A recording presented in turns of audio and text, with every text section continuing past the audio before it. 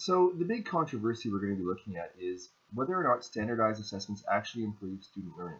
Now, this is a huge topic, and the number of controversies in it is more than what we can cover in a 10-minute video. So even that debate's going to be focused down on the big one is whether or not we should have outcome-based assessments at all. Should we have these common outcomes that are then assessed with a standardized test at a provincial or national level?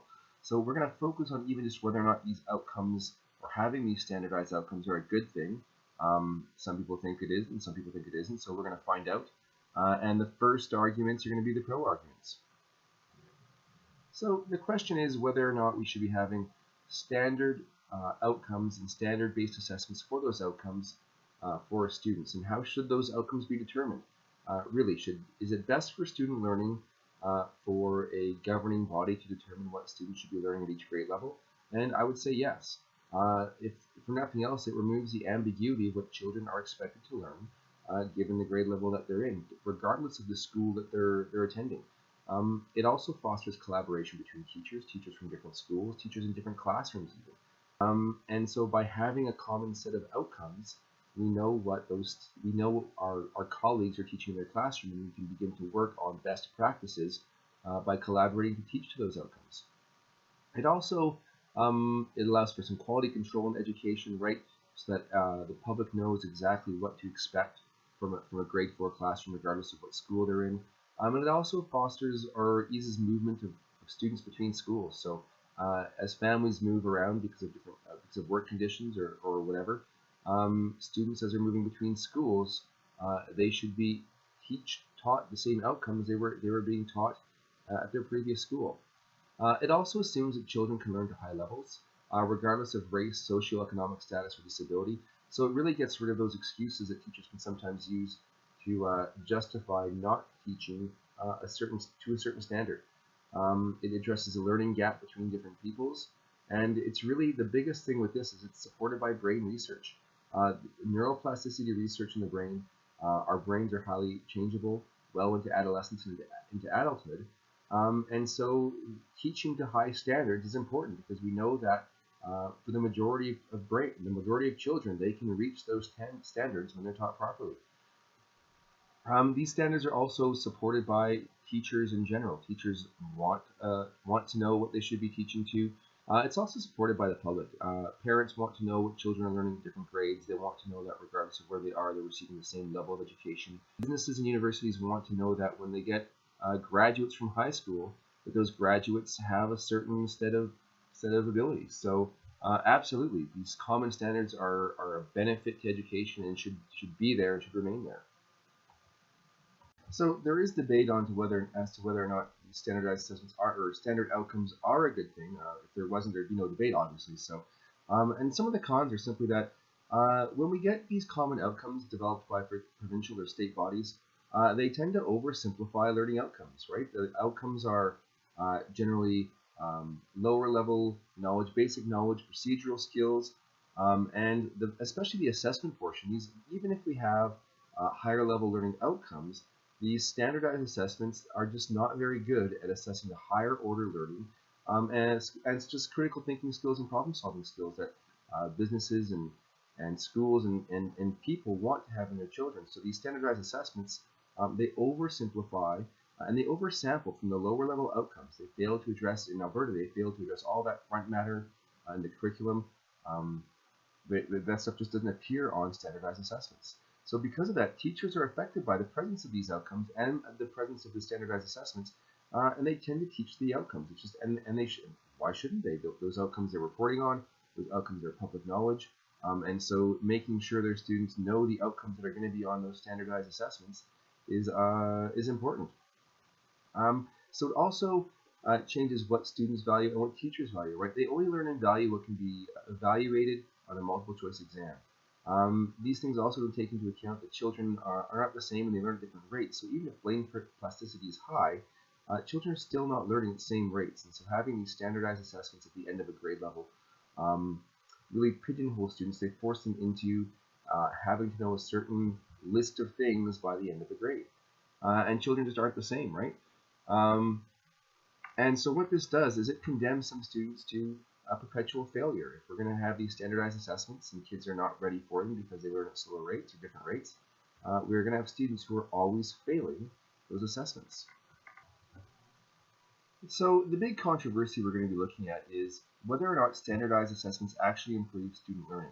Now, this is a huge topic, and the number of controversies in it is more than what we can cover in even a 10-minute video. So even that debate's going to be focused down on the big one is whether or not we should have outcome-based assessments at all. Should we have these common outcomes that are then assessed with a standardized test at a provincial or national level? So we're going to focus on even just whether or not these outcomes or having these standardized outcomes are a good thing. Some people think it is, and some people think it isn't. So we're going to find out. And the first arguments are going to be the pro arguments. So enjoy. So just one of the quick rebuttals to this idea that standardized assessments are no good. Students, if it's a matter of time, if it's a matter of rate, it's really about a matter of focused instruction. So what having students write standardized assessments, it doesn't stop them from achieving, but it does mean that schools have to be held accountable for differentiated instruction, making sure that students who need extra support are given the extra support. Right? Teachers aren't trained to diagnose mental and learning disabilities. That's specialized training, and so for teachers to choose which outcomes or which standards they're going to teach a student based on what they think a student is able to learn, there's no moral high ground there.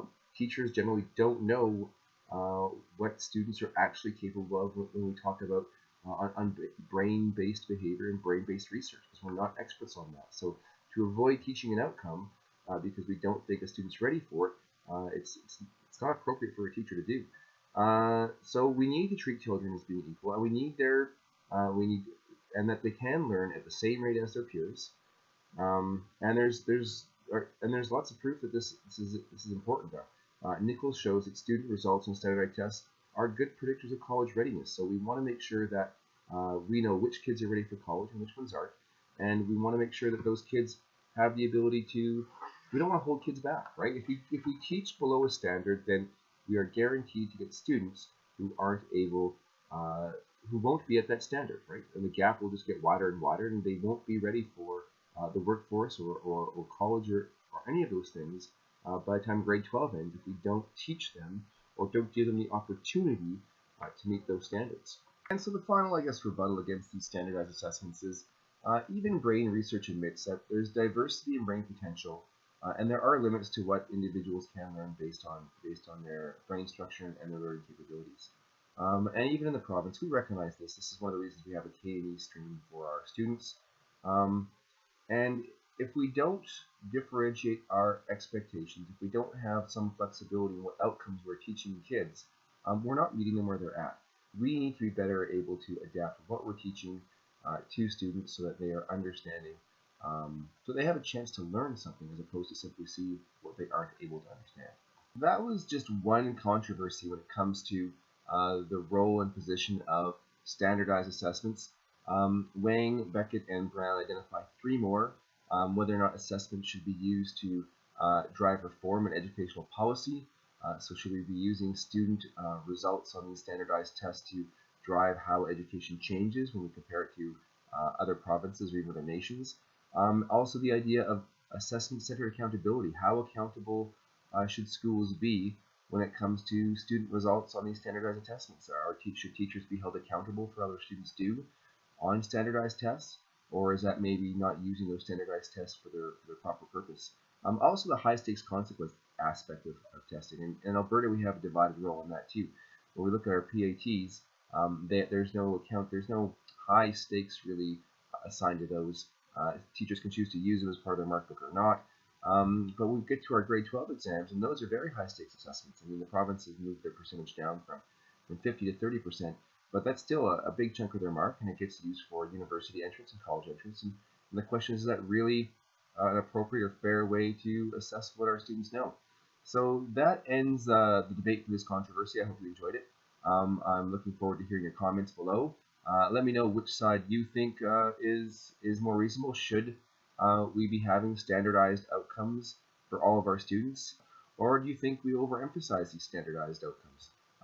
I'm interested to find out. Please post your your IDs below. So thanks again for watching the debate. I appreciate it. I know everybody is very busy at this time of year. I'm going to use this space to post our references. So if you don't have to take our word for it, you can go to the horse's mouth, so to speak. Thanks again.